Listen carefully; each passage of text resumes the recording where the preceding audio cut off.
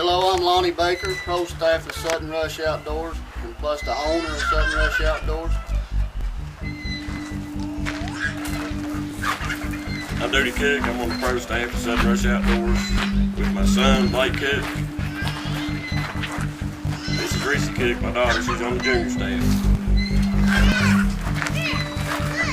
Hi, my name is Josh Banzer. I'm a pro staff member of Sudden Rush Outdoors. Well, I'm Ryan Baker. I'm junior staff at Sudden Rush Outdoors. Hello, my name is Newman Brown, pro staff at Sudden Rush Outdoors, and also run the Turkey Call Company, Run and Gun Game Calls. I'm Sean Strickland, pro staff member here at Sudden Rush Outdoors in Southern West Virginia. Hello, I'm Michelle Strickland. I'm the wife of Sean Strickland. I'm a pro staff at Sudden Rush Outdoors. Hi guys, this is Brittany from Sudden Rush Outdoors. I am pro staff and also pro-owner of Sudden Rush Outdoors. A lot of people are very intimidated by one of these. It's a mouth diaphragm turkey call. And a lot of people are very intimidated because they're afraid they're going to scare off a turkey or mess up a turkey, and they're not real confident in it. And if you're not confident in it, you ain't going to use it. And that's just a fact. If you don't trust yourself, you're just not going to use it. First thing I want to instruct you, whether it's mine or you go anywhere and buy one, you'll have cuts in the reed. And that is to add rasp to the call. They always go toward the roof of your mouth, okay? Right behind your teeth. And what happens is, you get that sound by your tongue pressing up into those reeds. And the first thing we will learn is a yelp. A yelp is a two-note. It's kee-yelp. Kee-yelp. The first thing you want to do is be able to get a real high pitch out of the call. Get one note, because once you get that first sound, once you get that real high sound, you got it licked, man. All you got to do is get that one sound. You got it licked. You drop your jaw and it'll roll right over. Kee-yelp. Drop your jaw.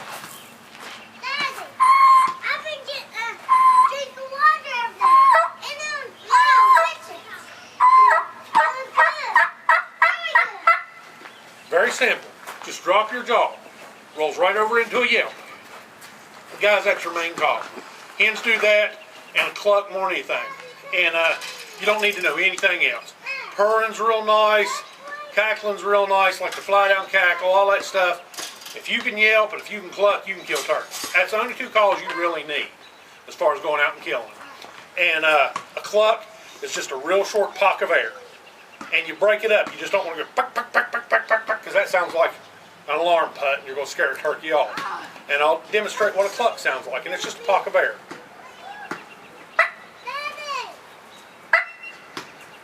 That's a cluck. Now here's what it sounds like when you're cut.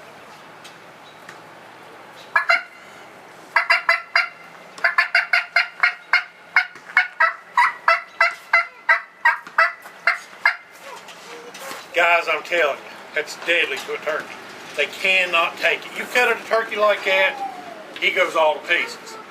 Now, I want to give you a tip on turkey hunting. I don't care how good you call.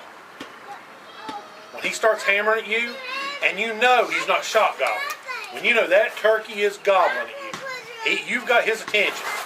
Take that call and put it in your pocket if you have to. If you can't help yourself but to call, because you need to shut up. I'm going to tell you why. In nature, the hen goes to the gobbler. That's just what they do. The gobbler gets up on a ridge or in a road and he blows up, makes himself look as big as he can make himself look, and he struts. That's what they do. And the hens go to the gobblers. That's just nature. If you keep calling, he's going to keep strutting and showing off. You want to get him excited and then make him think, well, you're a little interested, but you're not super hot, and he's going to have to come chase you. Hard to get. You got to make for you ladies, make the dude chase you. And that's what you do. Once you get him fired up, shut it down. He'll gobble, and this is most of the time, guys. If he don't have hens with him, he'll gobble, and he'll stand over and strut, and he'll do it 5 or 10 minutes, and then all of a sudden that gobbler will shut it down. He'll quit gobbling altogether. Get your gun up. When that gobbler shuts his mouth, when he quits gobbling, he's done made the decision, she ain't coming, so I'm going to have to go to her. Just be ready. After his last gobble, unless you hear him right over the hill from you, after his last gobble, I usually wait at least 5 minutes before I make another call. Give him time, because you don't want him to make the decision to come to you, and you start calling again and he stops and blows up again, and then you've just set yourself back. Shut up. Give him time to come to you. Guys, I'm telling you, the best call a lot of the time is silence. Just shutting it down. Once you get him fired up, shut up. Okay? Real simple. And I know it's hard to do because, gosh, I'm like everybody else. I love to listen to him hammer. Love it. But you got to know when to back off of that turkey. If you want to kill him, now, you know, I mean, I love to listen to him gobble too. One more thing I want to tell you guys. It's just a hunting tip to help you out. I see all the time these guys go out before turkey season and they put that mouth call in and they go and call and call and call and call to these turkeys. And then when season comes in, they're like, well, he gobbled, but I couldn't get him to come in. Guys, you've done mess with that bird so much he's call shy. And he's real wary of listening to that hen yelp and him clucks and them cuts. You ain't gonna stop everybody from going out and calling before season, but you're not doing yourself any favors by doing it. Go out, if you want to before season, listen for them. Just leave your turkey calls until season comes in. Leave your turkey calls at home. You don't need them. They're not helping you any. Once season comes in, you're going to have a much harder time killing those birds. I'm just telling you. Another thing, I'm going to tell you the truth. Morning time, when I get out in the woods, a lot of guys crow calling, owl calling stuff. Until it gets good in daylight, I don't owl call or crow call at all. And I'm going to tell you why. A lot of times you'll walk right up under that bird and you'll owl call or crow call and not know he's there, and you'll run him right off the roost. And I've done it many times. Gone. There went my hunt. I walked all the way up that mountain and owl called right underneath him. Done it a bunch of times. I like to sit and listen and let them tell me where they're at. They're going to gobble. When that sun comes up and you start seeing pretty good and you ain't heard nothing, I know you start saying, man, I got to get a bird, I got to get a bird. Slow down. Just listen. Take your time. Slow down. He'll gobble. If he's going to gobble, he'll gobble. Just take your time. You don't need to pound them on locator calls. That's a mistake a lot of people make. Now, before season, and I was telling you, leave your turkey calls at home. If you want to go out with an owl call before season and from the road hit an owl call just to see where that's fine. That's fine. But walking through the mountains and just hammering the locators once season's in, I don't do it. I have a lot of luck, which I've killed a lot of birds, guys. I mean, I've called in a lot of birds. And I'm telling you, turkeys are not so much smart.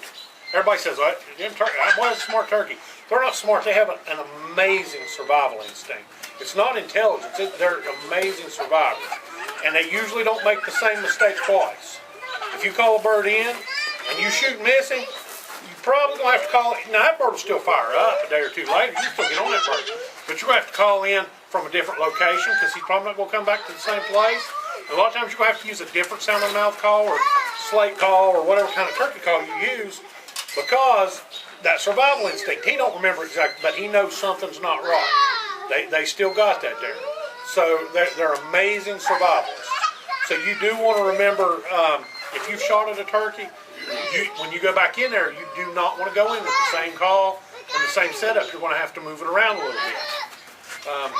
But other than that, guys, I mean, that's pretty much it. Does anybody got any questions for me? Any of y'all? Anything you want to know? Just a little bit. Drop it off. I didn't have It's just real short. That high note is just a millimeter in a second.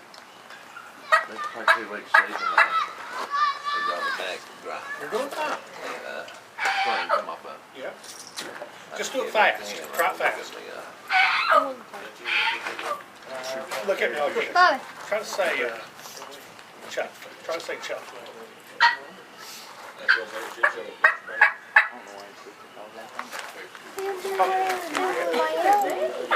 He's embarrassed because he's not used to it. You're doing fine, bud. Heel.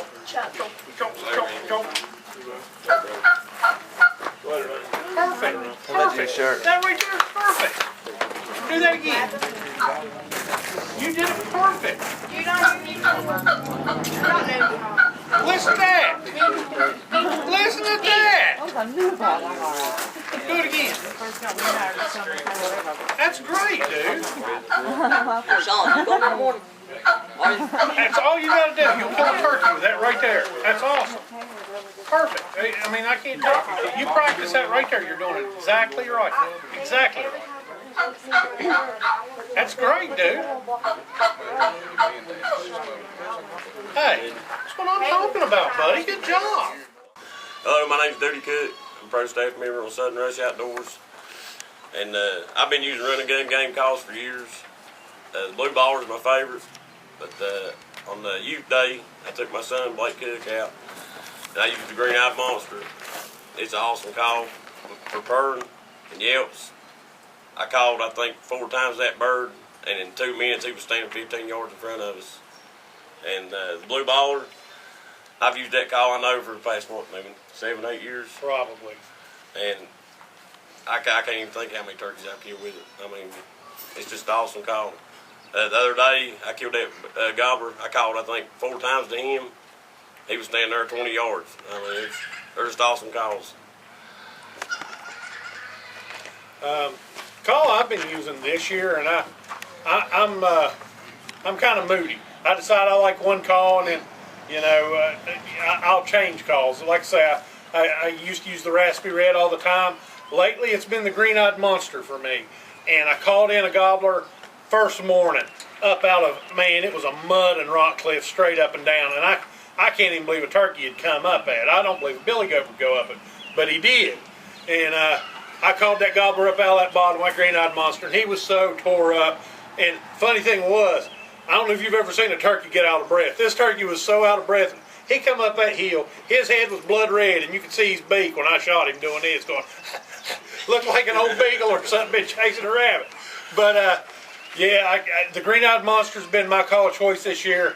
I busted a big gobbler with it, 11.5-inch beard. He had 1 1/4 spurs. And then this morning, I took my buddy Doodle out this morning. We called him in a big gobbler.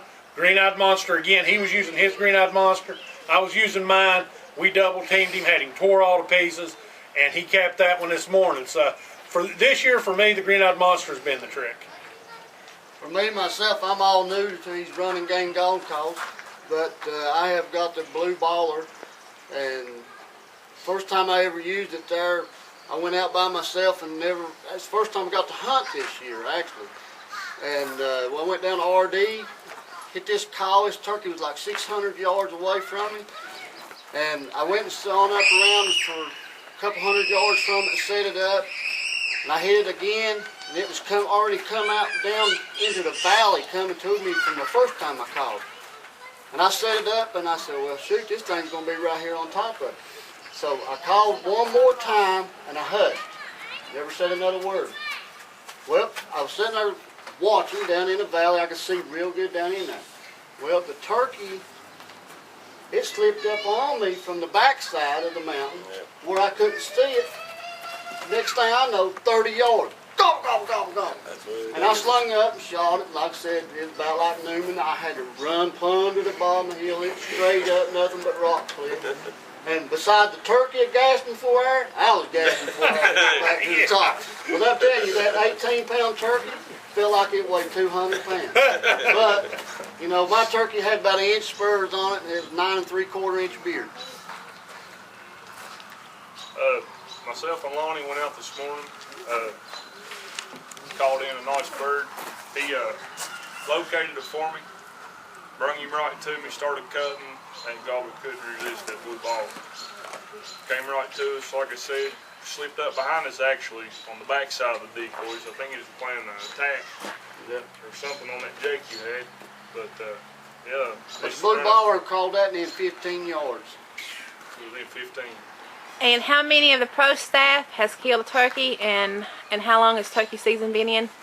Turkey season's been in 5 days.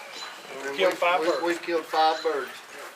Well, I think it's good that this is a kind of a community thing, guys. I mean, I do. This is something good to promote around our area. Yep. You got friends and family out doing this stuff. This is awesome, man. Yep. I do. I like this. I mean, you know, right now we're on Facebook, and like I said, we've got a lot of likes here the last couple of weeks. Might take us a little while, but I really think we'll go somewhere. I do too. West Virginia proud.